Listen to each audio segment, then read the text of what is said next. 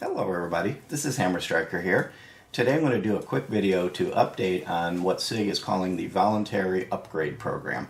They're not characterizing it as a recall, and they're actually still asserting that their P320 gun is drop safe as it sits, but they are offering what they're calling a voluntary upgrade to all P320 owners to upgrade the sear, trigger, and some other internal components to be more similar to what's in the military M17, the submission for the MHS program, that they actually have tested and does resolve the issue of if it's dropped at a certain angle.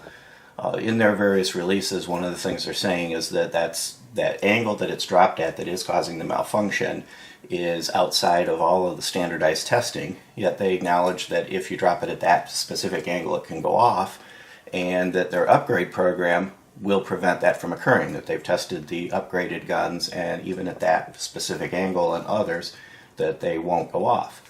So what I'm going to do is I'm going to put the link to their submission page into the description of the video. Right now it's kind of hard to find. The search engines aren't really picking it up yet. I'm sure that'll change. And it's just a little box on the bottom of the P320 product page. At the bottom there's a little box that talks about the voluntary upgrade, and you can click to learn more.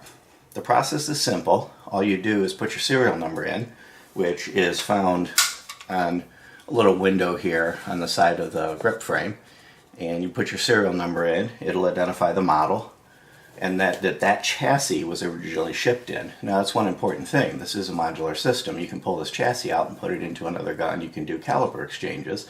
It'll identify the model that the chassis was in when it was originally shipped. It'll ask you if you have any caliber exchange or caliber change kits, which you get, your slide and barrel setups. You're going to need to send those in if you have them, because there are actual internal modifications to the slide and the sear as well as the trigger that have to be made. So it's not just a chassis modification, there are some slide modifications. So I filled out the form, registered our guns this morning. It was quick and easy, just a matter of a few minutes. And the next page you get to is it says, thanks for registering. You'll receive an email with information on how to proceed. And they're estimating a 4 to 6 week turnaround period after they get the gun to get the gun back to you.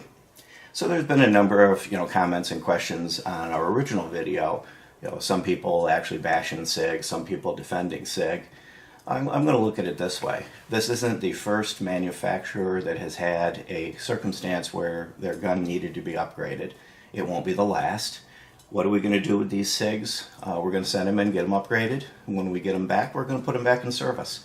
They're high quality weapons. They work well.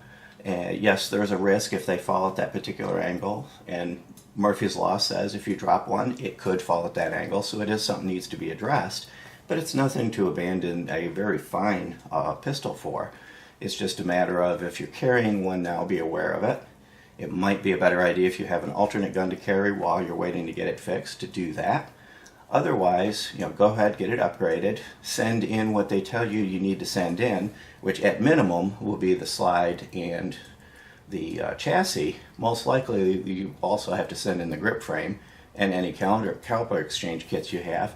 Let them upgrade it and continue to enjoy what actually is a quite fine weapon.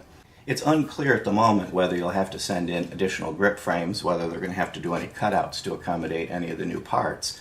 So that will become more clear when the people start receiving the emails. But if worst case scenario, if you buy a grip frame that has not been modified after you've got your gun back and they've made any cutouts, it is plastic. It's fairly easy to modify yourself to accommodate whatever componentry may have to protrude into this area. Beyond that, there's a few clarifications that have come out over the weekend as things have evolved. When this first was found, there was a lot of news flying around, and a lot of it potentially misleading. Some of this information revolves around the Dallas PD and what they did or did not do. The Dallas PD apparently did not adopt the P320, and also that the Dallas PD did originally permit the P320 to be carried as an alternative to the issued weapon, and that they have temporarily revoked that status. So officers cannot choose the P320 to replace or augment the issued weapon at this time. They're going to reevaluate that, best as I can tell, once the upgrade process is complete. So there really isn't any official statement that I've been able to find directly from the Dallas PD. All of it's been third-party information. So the internet being what it is, as far as that's concerned, the information until I can actually get it directly from Dallas PD is what it is. However, whether a particular military, police agency, or other organization chooses a weapon, that may or may not factor into your decision process. You should decide based on the features and capabilities of the weapon that suit your own needs. As far as as I can tell, the P320 is still a very fine weapon. It will serve you well once the upgrade is done. If you have one, do the upgrade process, please, and make sure that it is as safe as it can possibly be. But beyond that, enjoy the P320. If you like our videos, please give us a thumbs up, share, subscribe. Have a great day. Thank you.